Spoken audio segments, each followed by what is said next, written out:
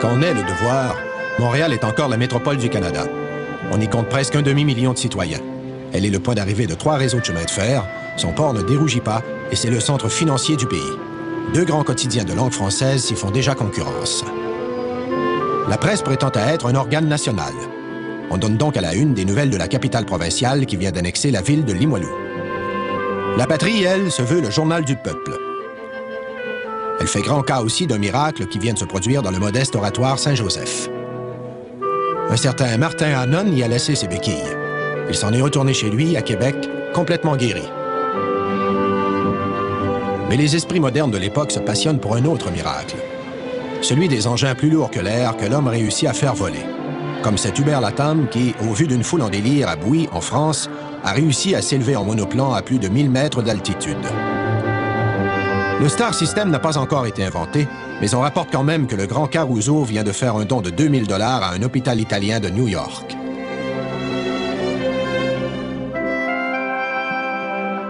Henri Bourassa est un personnage de notre histoire qui est un peu oublié aujourd'hui. Si on faisait enquête, probablement que ça ne dit pas grand-chose à grand monde, mais il n'empêche que pour les 50 premières années du 20e siècle, là, ça a été vraiment quelqu'un de très important. Henri Bourassa est né en 1868. Il est le fils de Napoléon Bourassa. Napoléon Bourassa, au 19e siècle, c'est un romancier, un architecte, un peintre même de renom. Sa mère, elle, Azélie Papineau, est la fille d'un personnage très important du 19e siècle, l'avocat Louis-Joseph Papineau, chef du Parti patriote, qui va être un des héros de 1837, un rebelle. Henri Bourassa est né dans une famille bourgeoise, une famille riche, en 1868, qui fait de longues études. Son père l'envoie même en France et en Italie. Les citoyens de Montebello font bientôt leur mère de ce jeune homme de 22 ans, déjà fort éloquent, vivace et charmant. À ce moment-là, l'étoile de Laurier montait, son prestige était extraordinaire. Bourassa a subi, comme tout le monde, le charme de cet ensorceleur, de ce magicien, et Laurier l'a fait élire député de la Belle en 1896, aux élections qu'on portait Laurier au pouvoir, justement. Il sera député de 1896 à 1907, puis de 1925 à 1935. Il faut savoir que Bourassa est un nationaliste. Mais attention, un nationaliste canadien. C'est-à-dire que il est pour l'égalité des francophones et des anglophones au Canada, mais il est contre le fait que le Canada soit, sous le joug de l'Angleterre, ou fasse partie de manière très étroite, très intime de l'Empire britannique. Or, d'être porteur de cette position-là à l'époque, c'est vraiment de se promettre, à des affrontements éventuellement, parce que le Canada est encore loin d'être libre de l'Angleterre. Le jeune homme est aussi propriétaire d'un petit journal, L'Interprète, qui va devenir la voix du Parti libéral du Québec. Cet homme-là, d'abord, avait une indépendance de fortune personnelle, ce qui veut dire qu'il n'était pas à la merci d'un emploi, d'une sinécure ou d'un suçon qu'on lui aurait donné. Deuxièmement, cet homme n'a pas fréquenté nos institutions d'enseignement traditionnelles. Ce qui veut dire qu'il n'avait pas subi le moule qui, en somme, depuis la conquête, avait conditionné nos notables. D'abord, papa aimait la vérité par-dessus tout ça. Et puis on l'a bien compris dès notre temps d'enfance. Puis je pense que dans sa vie publique, ça a été très manifeste. Arrive la guerre des Boers, la guerre d'Afrique du Sud. L'Afrique du Sud a des mines d'or importantes, sont découvertes à la fin du 19e siècle. Et là, l'Angleterre dit, tiens, l'Afrique du Sud, c'est notre colonie, donc ça nous appartient, cette chose-là. On y va, on s'en va chercher ça. Alors, les Boers s'y sont bien sûr opposés. Ils ont dit, non. On était là avant vous, attention. Il faut dire que les Boers sont des descendants d'Hollandais, de Néerlandais. Et voilà que la guerre éclate. L'Angleterre demande à ses colonies d'y contribuer. Il est évident qu'au début de cette aventure, au début de cette guerre, Laurier pense comme Bourassa. La preuve, c'est que Laurier donne une entrevue où il dit, en somme, nous n'avons pas à intervenir. Alors, ils sont sur la même longueur d'onde. Les Canadiens anglophones, dans leur grande majorité, sont favorables au fait que le pays envoie des troupes au secours de leur mère patrie. Et là, voilà que Laurier dit, nous allons envoyer un contingent, pas tant nombreux que ça, mais oui, nous allons payer les salaires de ces soldats-là et on les envoie défendre l'Angleterre. Le 30 octobre 1899, des caméras filment le départ de Québec pour l'Afrique du Sud du premier contingent canadien. C'est une guerre un peu sale en passant. Dans l'histoire de l'humanité, c'est pas une guerre très glorieuse pour l'Angleterre. C'est une guerre assez gênante. Bourassa dit en résumé, nous subordonnons l'intérêt canadien à l'intérêt britannique. Et nous créons un dangereux précédent, puisque si le Canada participe par l'envoi de quelques contingents à une expédition coloniale de l'Angleterre, il sera entraîné à une participation beaucoup plus considérable, jusqu'à la conscription incluse, le jour où l'Angleterre conduira une grande guerre en Europe. Et là, voilà que Bourassa, intraitable, dit ça n'a pas de sens, et il divorce littéralement, politiquement, de Wilfrid Laurier. Et ça va être vraiment une brisure. Hein? Ça va être vraiment, pendant les 20 premières ou 25 premières années du siècle, Bourassa et Laurier vont être, comment dire, deux grandes vedettes québécoises, mais un peu comme Trudeau et René Lévesque vont l'être après coup, là, 70 ans plus tard. Deux ennemis, mais en même temps, deux personnes très aimées par les Québécois. Laurier va dire à Bourassa, « Je regrette votre départ. Nous avions besoin d'un homme comme vous, mais pas deux. » Bon, donc ça simplifiait le problème. Il trouvait qu'il parlait un petit peu trop fort. J'essayais de faire entrevoir à mes compatriotes les conséquences de la politique néfaste dans laquelle nous entraînaient, sans les prévoir, les hommes qui nous gouvernaient alors, dont l'un que j'aimais par-dessus tous les autres. Je veux dire, Sir Wilfrid Laurier, et je n'oublierai jamais, tant que Dieu me laissera une ombre de mémoire, le dialogue qui s'échange entre nous lorsque je lui ai annoncé que je donnais ma démission comme député pour protester contre la participation du Canada pour la première fois, n'oubliez pas ceci, pour la première fois dans notre histoire aux guerres d'Angleterre. Les journaux, à cette époque-là, sauf quelques très rares exceptions, appartiennent à des partis politiques.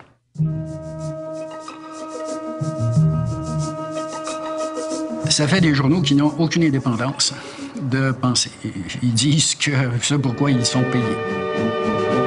En août 1909, Bourassa réunit 172 actionnaires qui vont investir 100 000 $ dans la Fondation du Devoir. On vend 30 000 exemplaires du Devoir le premier jour, ce qui est exceptionnel.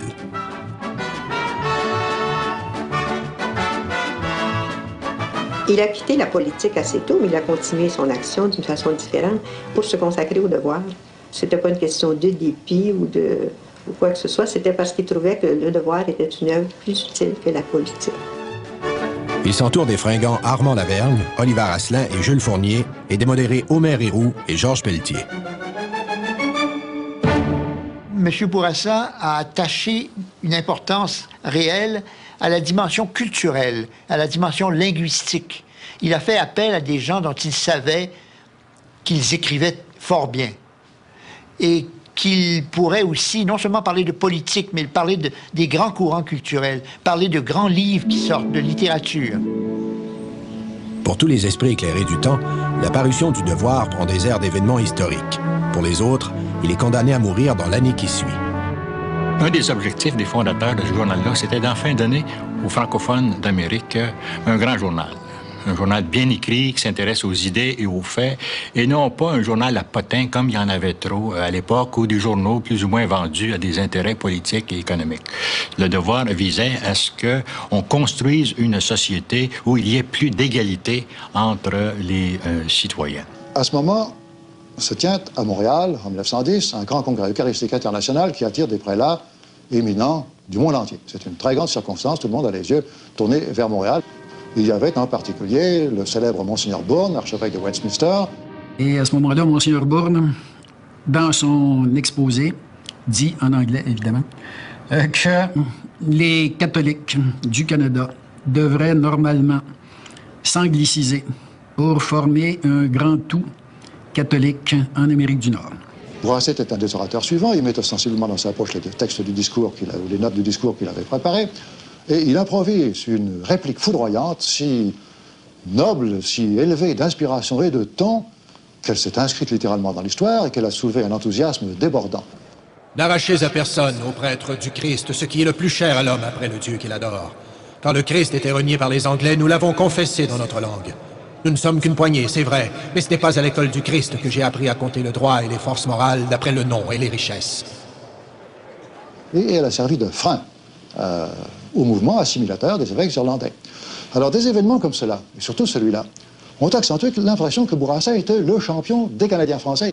On a vu pendant des années Le Devoir faire des campagnes très actives. Bourassa allait en train au Nouveau-Brunswick, en Acadie, faire des discours, rencontrer les francophones un peu partout à travers le Canada, même aux États-Unis.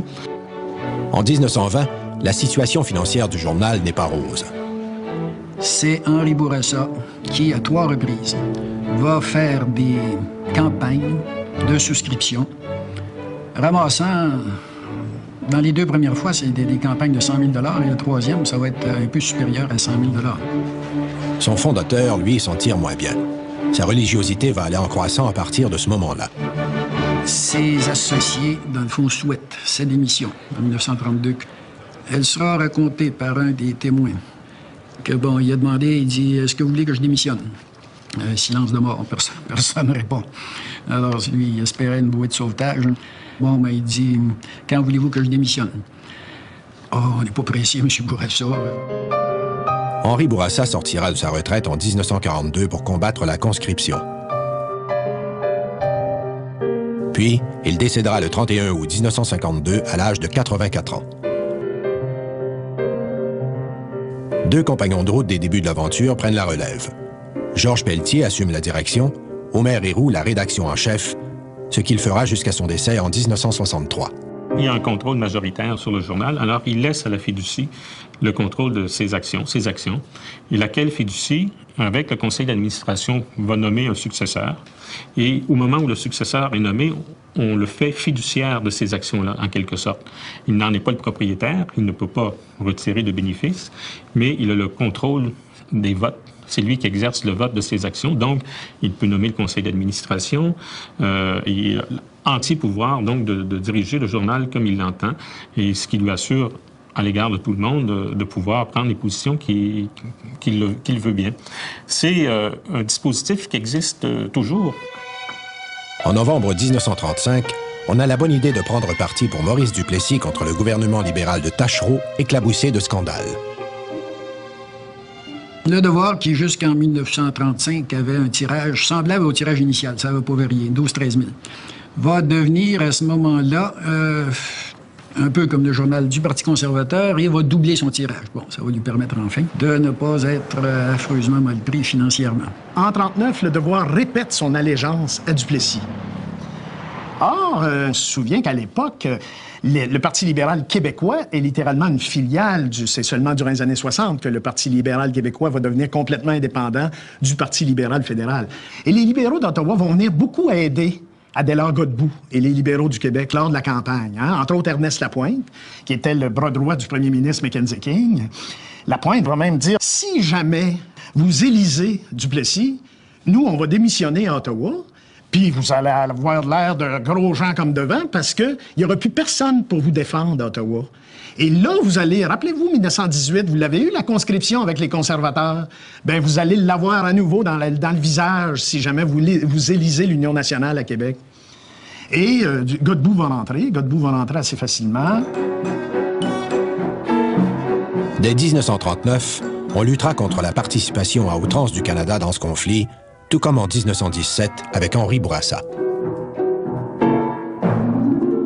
Les libéraux fédéraux qui avaient promis de ne pas passer, de ne pas décréter la conscription, en fait, vont, on le sait, en 1942, vont décréter la tenue d'un plébiscite, le 27 avril 1942, à l'échelle du Canada, pour être dégagés de cette promesse-là. Le Devoir, bien sûr, choisira le camp du non, de même que près d'1 million de Québécois contre 376 188 qui voteront oui. Le Devoir contribue aussi à la fondation en 1942 d'un nouveau parti politique, le Bloc populaire, dirigé par Maxime Raymond, leader des députés nationalistes québécois aux communes. Le Bloc populaire présente des candidats aux élections provinciales du 8 août 1944. Il ne fera élire que 4 députés, dont André Laurendeau. Duplessis, lui, est reporté au pouvoir après une absence de près de 5 ans. Son directeur, Georges Pelletier, meurt en janvier 1947. Le Devoir se trouve orphelin. Sa diffusion baisse depuis la fin de la guerre. C'est alors qu'un homme providentiel, Gérard Filion, va prendre sa destinée en main. Il va aussi amener à ses côtés le grand André Laurendeau, qui deviendra éventuellement son bras droit. M. Laurendeau était rédacteur en chef. On croit qu'il travaillait toujours seul dans son bureau. Ce n'est pas vrai. Il venait très souvent dans la salle de rédaction et voulait savoir quelles sont les grandes informations du jour. Qu'est-ce que vous faites et comment comptez-vous les présenter? Filion, il écrivait à la hache. Mais quand il sortait sa hache, c'était pas artificiel. C'était pas pour rien. Ça tombait, là, exactement dans l'arbre, là, au bon endroit. Et souvent, il partait un débat. Et derrière lui, le raffinement de Laurendeau embarquait là-dedans. Puis après ça, développait le thème pendant une semaine, un mois. En 1949, la grève de l'amiante éclate à Asbestos et ses environs. Gérard Filion dépêche un jeune journaliste sur les lieux. Il s'appelle Gérard Pelletier. Il est épris de justice sociale et il va prendre fait et cause pour ces hommes qui touchent des salaires de famine et sont exposés à la terrible amiantose. Il croyait à la nécessité d'une révolution tranquille avant qu'elle s'appelle comme ça. C'est-à-dire que ça s'exprime un peu de tous les bords, tous les côtés. Que les différentes tendances devaient avoir droit de parole dans cette société. Et il l'appliquait dans son journal. En dépit de tous ses efforts éditoriaux et rédactionnels, la diffusion du journal ne lève pas. Au contraire, elle baisse. Le 26 mars 1953, Le Canada, un quotidien du matin d'obédience libérale, publie son dernier numéro. Gérard Filion va tenter le coup de sa vie.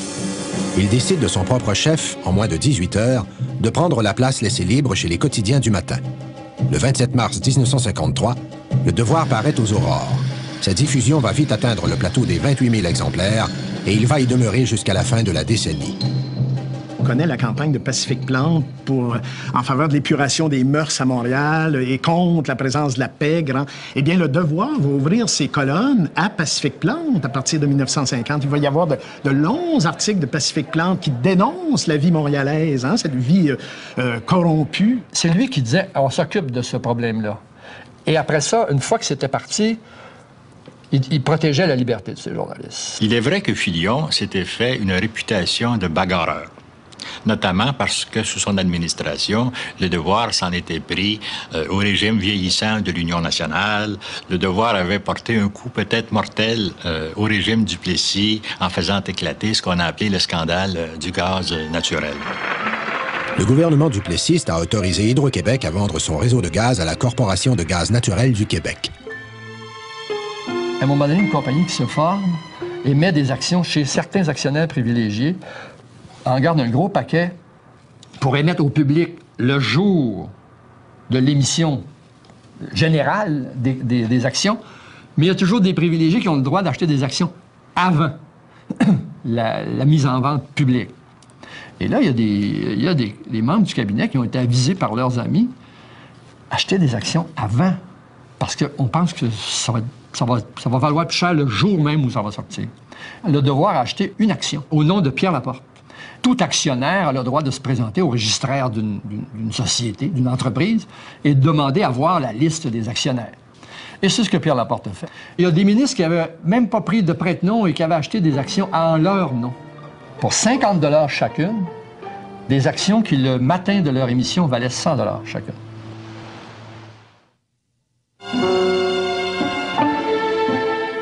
Et alors que Pierre Laporte est en vacances, Maurice Duplessis convoque une conférence de presse. Et tout à coup, la porte s'ouvre, là, puis le petit secrétaire nous fait rentrer. Puis on fait la queue, carrément. Puis chaque journaliste rentre, un par un. Et Duplessis est derrière un bureau qui est assez proche de la porte. Il serre la main. Bonjour. Ah oui, on a mis du soleil, on a mis de la gazette. Puis moi, j'arrive peut-être 5e, 6e, et il me regarde, il me connaît pas. Je suis le seul qui ne connaît pas. Si vous ne me connaissez pas encore, M. Duplessis, mon nom est Guy Lamarche et je suis je suis journaliste au journal Le Devoir. Pour le moment où je lui dis ça, nos mains sont en train de s'approcher l'une de l'autre. Et là, sa main s'en va. Il me la retire, il me la donne pas. Puis il dit, Le Devoir! Comment ça, Le Devoir? Dors, le gars! Dors immédiatement! Moi, j'ai dit, mais j'ai le droit d'être ici. Alors, ça a été, bon, faut imaginer, hein, vous avez du front tout le tour de la tête, puis tout à coup, il pèse sur un bouton en dessous de son bureau. C'est pas du Chénier qui est venu, c'est son chauffeur. Un gars qui passait tout juste dans la porte, là. Et il dit « Sors-moi le gars du devoir ». Le chauffeur me prend, disons, par un bras, puis un petit peu... puis j'ai à peine touché le seuil de la porte. Mais je m'aidais, au fond. Je voulais pas qu'il me fasse mal. Je savais que je voulais pas me défendre, empêcher qu'il me sorte. Je devenais conscient que c'était une maudite bonne histoire, là, moi, que j'avais là, comme journaliste. À un moment donné, j'ai dit, bon, mais c'est assez, c'est correct, là, je vous suis, là. T'sais. Je ne sais pas s'il pensait faire un jeu de mots. Il m'a dit, je n'ai fait que mon devoir, monsieur. Après mon départ, là, Duplessis a parlé pendant une demi-heure. Puis là, ils sont tous sortis. Leur histoire, c'était, voici ce que M. Duplessis a dit. Moi, j'avais une histoire. Je racontais comment il m'avait mis dehors de son bureau. Puis je terminais en disant, mais n'ayant pas assisté à la conférence de presse, le journaliste n'avait rien à écrire. Puis il y a des éditoriaux qui ont dit, mais comment c'est ça que les autres journalistes n'ont pas sorti? Hey, on est-tu devenu assez suiveux à ton goût qu'on s'en va, on s'assoit ou on reste debout, on écoute le chef parler, on redit exactement mot à mot ce qu'il a dit à nos lecteurs. Grâce à ce journal qui était vraiment libre, qui était vraiment indépendant du pouvoir, ça a créé comme une espèce de remise en question. Quelques 2 ans plus tard, Duplessis meurt subitement. Une terrible odeur de renfermé flottait sur le Québec. On ouvre grand les portes et les fenêtres. La province va vivre sa révolution tranquille.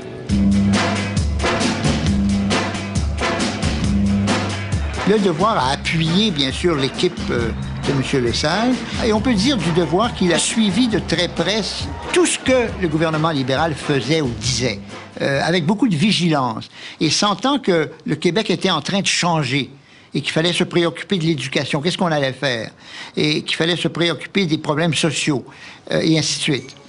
Gérard Filion est bientôt appelé par le gouvernement québécois à une grande tâche, celle de la réforme du système d'éducation. Il siégera à la commission Parent, puis il dirigera plus tard la Société générale de financement.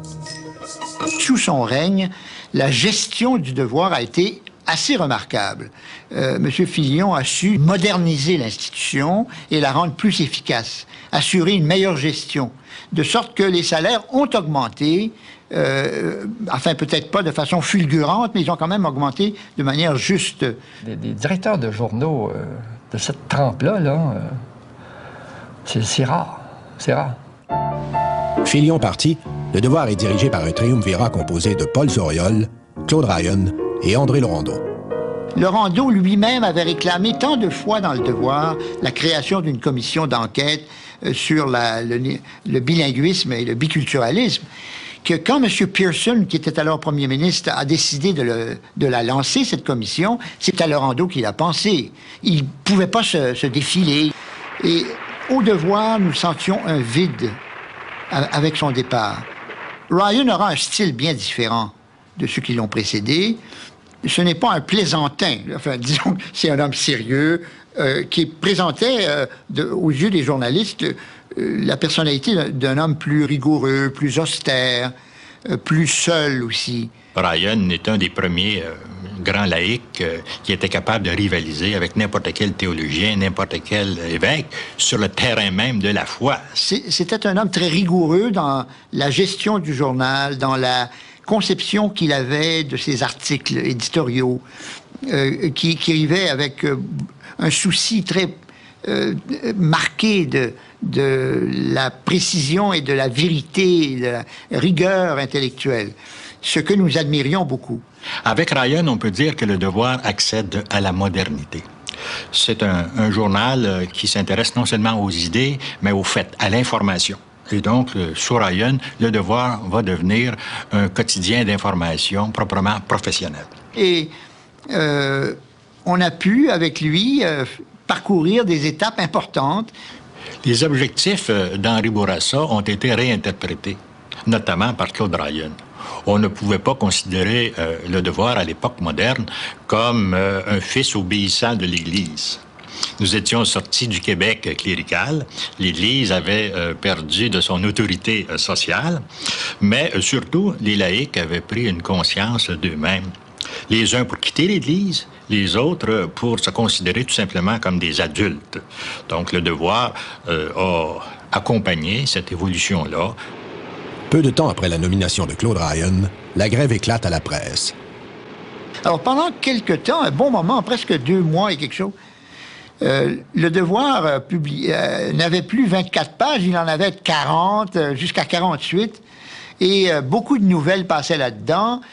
La diffusion réelle du Devoir a doublé, triplé. Nous en étions certains jours à 50 000 exemplaires. Et certains de nos collègues de la presse en grève sont même venus nous prêter main forte au Devoir. Les arts et les lettres y prennent de l'importance, de même que les nouvelles internationales. Les affaires féminines et sociales prennent un nouvel élan. Les événements vont venir bouleverser la marche quotidienne des affaires. Vive le Québec libre! Dans un contexte sociopolitique devenu presque explosif, tous les leaders d'opinion vont être appelés à se prononcer. Pierre Elliott Trudeau est élu premier ministre en 1968. On se rendait bien compte qu'il entrait en politique fédérale avec Gérard Pelletier, avec Marchand, pour combattre le climat, j'allais dire, souverainiste qui régnait au Québec, les tendances souverainistes. C'est ce qu'ils ont fait d'ailleurs. C'est ce qu'ils ont fait, ce qui a donné lieu à des combats, à des affrontements très difficiles à l'époque. Et sous Claude Ryan, le Devoir va opter pour ce que Claude Ryan a appelé l'hypothèse canadienne. Donc, on a donné comme une dernière chance au fédéralisme, au renouvellement de la Fédération canadienne. Quand éclate la crise d'octobre, il ne se gêne pas pour dénoncer l'imposition de la loi des mesures de guerre par le gouvernement fédéral. On a dit de Ryan qu'il dirigeait un peu la société par son standard téléphonique, tellement il avait de conversations intimes, peut-être avec le juge en chef d'une Cour suprême, peut-être avec les conseillers très spéciaux et très discrets de tous les premiers ministres. Et je pense que le standard téléphonique du Devoir réchauffe davantage à ce moment-là. Le Devoir a des contacts à ce moment-là avec le gouvernement du Québec, avec des ministres ou des hauts fonctionnaires à Ottawa. De ce côté-là, je pense que les très jeunes éditorialistes comme Lemelin et Leclerc ont eu un effet bénéfique sur M. Ryan, qui aurait peut-être eu tendance à basculer du côté de M. Choquette, qui, lui, dit-on, se promenait revolver sous l'aisselle. Bon. Nous avons essayé de parler à des gens qui étaient proches des terroristes de l'époque, des ravisseurs, pour essayer de dégager de nos conversations, de nos explorations, une solution. Certains membres des gouvernements tant provincial que fédéral laissent entendre que Claude Ryan aurait voulu former un gouvernement provisoire avec les René Lévesque et autres leaders syndicaux du moment. C'est ce qui a fait dire à certains que le Devoir était engagé dans un complot pour renverser le gouvernement. Ce n'était pas la vérité. Jamais il n'a été question de renverser le gouvernement. Nous pensions que si les terroristes étaient beaucoup plus forts que la réalité l'a révélé par la suite, il y avait un danger pour la stabilité du gouvernement et de la société québécoise.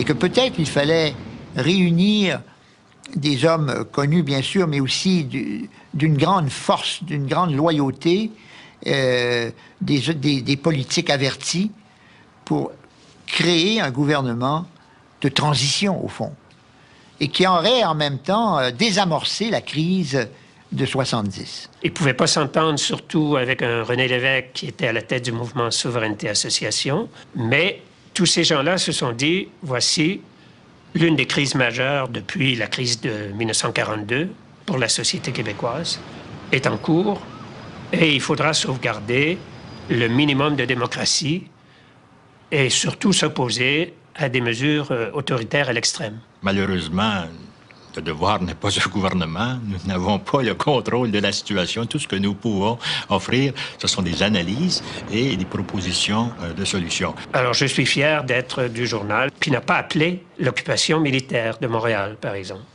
Pierre Laporte, c'est un collègue du Devoir aussi. Moi, je l'avais connu jeune journaliste. C'était un collègue, un gars qu'on voyait constamment, avec qui on s'amusait ou avec qui on bavardait. Il était devenu ministre, bien sûr, tout le monde le sait. Il avait quitté le Devoir quelques années auparavant. L'affaire Laporte nous a profondément touchés. Et elle nous a plus que touchés, mais dévastés quand on a vu que que notre ami Laporte avait été assassiné.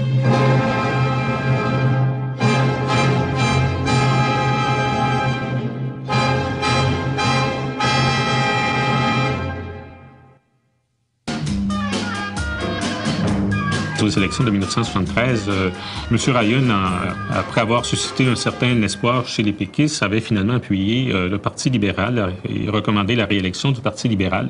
Alors, beaucoup de frustration chez les péquistes. On dit on va se donner un journal pour défendre nos idées, ne comptons que sur nous-mêmes. Alors, ils fondent Le Jour et c'est évidemment pour faire mal au devoir. Ce ne sont pas des années faciles, parce que socialement, les syndicats étaient très revendicateurs. Ils le sont devenus aussi dans les journaux, ce qui a étonné beaucoup de gens, mais on ne parlait plus des journalistes, on parlait des travailleurs de l'information. C'était le syndicat des travailleurs de l'information. Donc, il y avait quelque chose là-dedans de prolétaire, quoi, si vous voulez. Le conflit dégénère. Grève sur le tas, manifestations diverses, lock-out. L'affaire se règle finalement au début de décembre 1975. Le journal en sort appauvri, mais pas endetté. 1976, Le Jour finalement rend l'âme et arrivent les élections. M. Ryan, encore directeur, cette fois-là, appuie le Parti québécois. Cette prise de position étonnante ne nuit en rien à la diffusion du journal. J'ai jamais pensé que je pouvais être aussi fier d'être québécois que ce soir. Le Parti québécois a été élu, prend le pouvoir, et on sait l'effervescence que ça crée au plan politique. Et c'est une période faste pour Le Devoir, qui est un journal politique. Alors, vis-à-vis du PQ, là, on sent, moi, je dirais pas des rancœurs, mais disons des règlements de compte qui peuvent venir à la surface entre le directeur du Devoir, qui est notre directeur, et un gouvernement qu'on voit agir de façon quand même assez encourageante pour les premiers pas. Puis des rumeurs ne tardent pas à circuler quant à son éventuel saut en politique active. Parce qu'on sait, par d'autres sources, qu'il est sollicité aussi pour devenir chef du Parti libéral. Mais au bout d'un moment, d'autres hommes politiques importants et influents sont intervenus pour tenter de le convaincre d'aller. Il est allé, on le sait tous. Ça crée pour nous, journalistes au Devoir, une drôle de situation parce que pour M. Ryan, c'est notre ancien patron. Il lui-même considère un peu, pendant quelque temps, un peu une relation particulière avec nous, les journalistes du Devoir. Et des fois, il est même porté à nous faire la morale publiquement dans des assemblées ou dans des conférences de presse. Moi, comme rédacteur en chef, j'ai accepté l'intérim, si vous voulez. Ça a été une période, je dois dire, très difficile. On s'est battu, chicané sur la succession. Les journalistes voulaient avoir leur mot à dire. Il y avait dans le conseil d'administration des gens qui m'appuyaient, il faut le reconnaître, mais d'autres qui estimaient que je n'étais pas l'homme de la situation, qu'il fallait pas dire oui, qu'il fallait voir un peu, qu'il fallait examiner. Donc, examinant et voyant un peu, je suis resté là 3 ans, à être à la fois rédacteur en chef et directeur du Devoir. Ce qui m'étonne par moments, c'est qu'on a réussi quand même à publier ce journal-là tous les jours et à conserver une diffusion qui était au-delà de 40 000. C'est un peu l'âge d'or du journalisme politique. On a vécu des moments très, très intenses. La formation du nouveau gouvernement de M. Lévesque, l'adoption de la loi 101, l'adoption de la loi 2 sur le financement des partis politiques, des lois de toutes sortes, l'assurance automobile, il y en a plusieurs qui ont été adoptées, et donc ça bougeait beaucoup. Il y avait le référendum qui venait d'avoir lieu, c'était en 1980, et beaucoup de gens dévoraient la politique dans les journaux. Si je vous ai bien compris, vous êtes en train de dire à la prochaine fois. Tous nos concurrents, presque, étaient en grève. Vous vous souvenez, une grève de la presse qui a duré 8-9 mois, grève du Montréal Matin en parallèle, grève à Montréal du Montreal Star qui finalement va disparaître, grève à Québec du Journal Le Soleil. Et à cette période-là, le Devoir imprime tout ce qu'il peut imprimer en quantité de journaux. On n'en vend pas plus parce qu'on n'est pas capable d'en imprimer plus, tout simplement. Alors, ça amène des profits assez considérables pour l'époque. Je me souviens, je pense qu'une année, c'est 800 000 $ de profit, ce qui est exceptionnel sur un budget à l'époque de 5 ou 6 millions. Enfin, on a poursuivi la recherche de candidats et c'est finalement quelqu'un qui dirigeait les études françaises à McGill, Jean-Louis Roy, qui a été choisi. Mais lui, on savait qu'il n'avait pas d'attache politique. Bon, moi, je connaissais Jean-Louis Roy, je n'avais absolument rien à redire, mais estimant que j'avais beaucoup donné après 25 ans là et qu'on n'avait pas jugé utile de me nommer directeur du Devoir, j'ai pensé que l'heure avait sonné de partir. Alors, Jean-Louis Roy veut faire des choses, entre autres, prendre la décision de lancer le devoir économique. Dire l'économie, le développement économique devrait être une priorité au Québec et on doit mettre la priorité aussi en information là-dessus. Malheureusement, ce n'est pas le succès escompté parce que nos concurrents ont aussi la même réaction et avec plus de moyens. Et c'est ça qui est dommage, là, qu'à un moment donné, il y a une décennie perdue au point de vue administration, où on a mis en place des gens dont on présumait qu'ils allaient avoir un certain prestige intellectuel, mais qui étaient aussi, à leur manière, un peu préjugés contre ce qu'on peut appeler le marketing et l'administration, suivant des normes très, très rigides et très strictes. Jean-Louis Roy partira. Il est remplacé par Benoît Lausière, qui est professeur de cégep. Et on arrive à la fin des années 80 avec une situation financière qui est non pas difficile, mais catastrophique.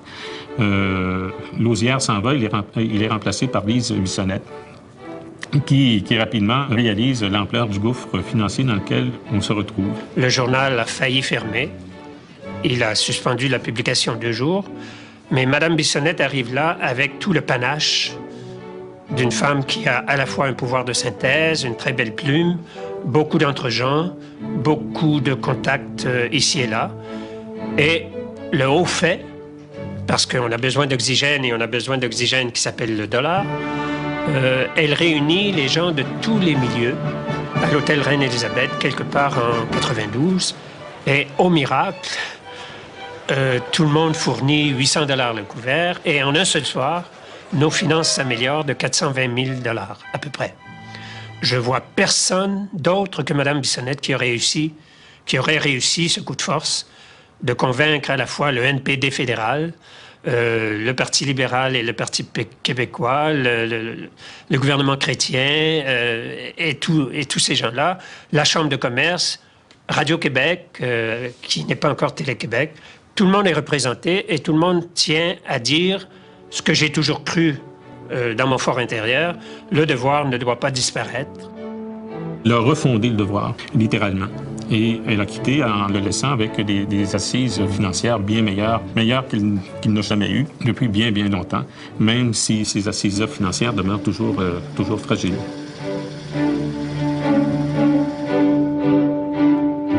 C'est assez particulier que le Devoir, qui a aujourd'hui 90 ans, ait toujours conservé son indépendance.